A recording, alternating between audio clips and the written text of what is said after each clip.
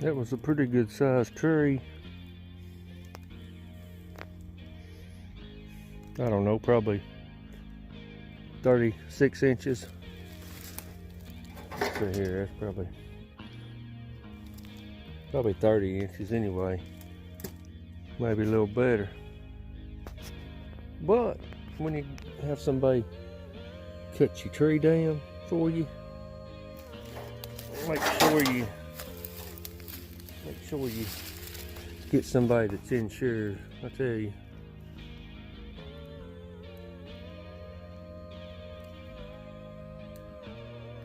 Yeah. Tree fell the wrong way.